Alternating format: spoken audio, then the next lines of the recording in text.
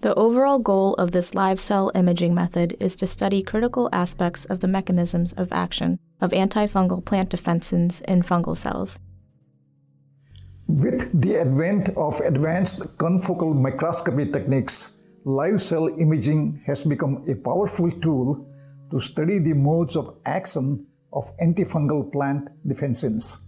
Making use of this technology, here we present a method to help answer key questions in understanding the modes of action of antifungal plant defensins. Our focuses are how these peptides are internalized into the fungal cells and how these peptides are localized into the cell organelles or diffused in the cytoplasm.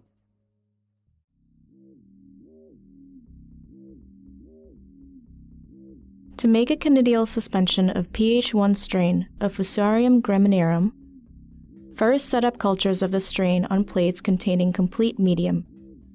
Culture them at 28 degrees Celsius over 5 days. To produce conidia, inoculate 4 or 10 millimeter diameter plugs of the 5-day-old culture into 50 milliliters of carboxymethyl cellulose medium. Culture these plugs for 4 to 7 days at 28 degrees Celsius on a rotary shaker set to 180 RPM. When the cultures have a red color, the conidia have formed. To collect the conidia in a suspension, vortex the liquid culture and filter 1 milliliter of it through 2 layers of filtration material into a 2 milliliter microcentrifuge tube. Centrifuge the suspension for 2 minutes and discard the supernatant.